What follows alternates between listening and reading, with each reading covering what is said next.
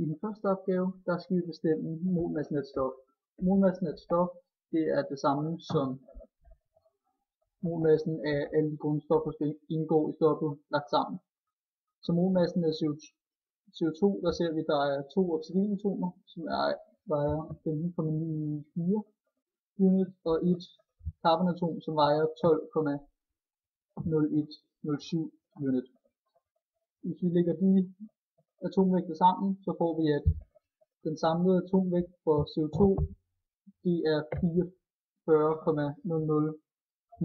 unit, og det er det samme som molvægten for stoffet i gram per mol. Og det svarer så til, at 44,0095 gram CO2, det er Avogadros antal CO2-atomer. Det vil sige, det er 6,0224 gange 1023 CO2-atomer, som hver vejer 44,0095 unit. I den anden opgave, der skal vi vise, hvordan stofmængde, masse og molmasse hænger sammen. Og de hænger sammen, at stofmængden er det samme som massen over molmassen. Hvis vi skriver det op med enheder, så har vi, at mol er lige med gram over gram per mol. Og så går mol op i tælleren, og gram lige med gram, så vi får mol er lige med mol. Så formlen går op på den måde.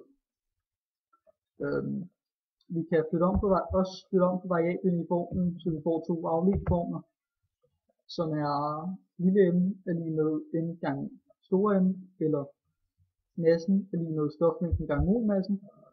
Vi kan også få, at store m er lige med lille m over m, eller at molmassen er det samme som masse over stofmængde. Ja, og i den sidste opgave, der skulle vi afstemme en ligning, hvor vi havde noget sølvnitrat plus noget kaliumsulfid, som så blev til noget sølvsulfid. Først så afstemmer vi, så vi siger, vi har 2 sølvnitrat plus 1 kaliumsulfid. Det bliver til 1 sølvsulfid og 2 kaliumnitrat. Så i del 2 af opgaven, der skulle vi finde ud af, hvor mange gram sølvsulfid vi kunne lave ud af 17 gram sølvnitrat. Så sætter vi først 17 gram ind på den her plads. Så finder vi molmassen for sølvnitrat, som er 170 gram per mol. Ved at sige lille n divideret med store n, kan vi finde lille n. Det vil sige 17 gram divideret med 170 gram per mol giver 0,1 mol. Det kan vi så tage herover. Da forholdet den er 1 til 2, så vil molene også gå 1 til 2.